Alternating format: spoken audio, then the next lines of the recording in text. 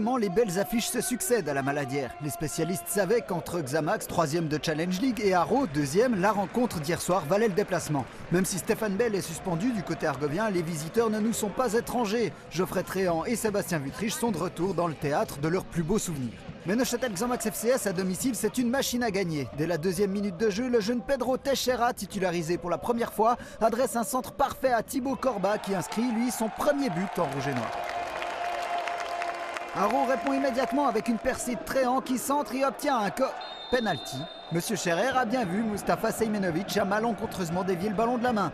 Et c'est Sébastien Wüttrich qui s'apprête à tirer. Je suis pas le tireur numéro 1, mais voilà, Rossini il a loupé son penalty le dernier match, donc j'ai pris mes responsabilités. J'avais un peu peur parce que le Grand Walter me connaissait aussi, donc je me suis dit voilà, fallait pas avoir peur et j'ai tiré et heureusement qu'il est rentré. Et c'est déjà le 4e goal du Lochloa qui devient le meilleur buteur de Challenge League. Mais après un tel début de match, la situation ne pouvait que se calmer.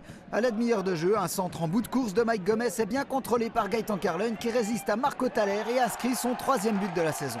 On savait que ça allait être un très gros match aujourd'hui contre une des équipes qui est candidate à la montée.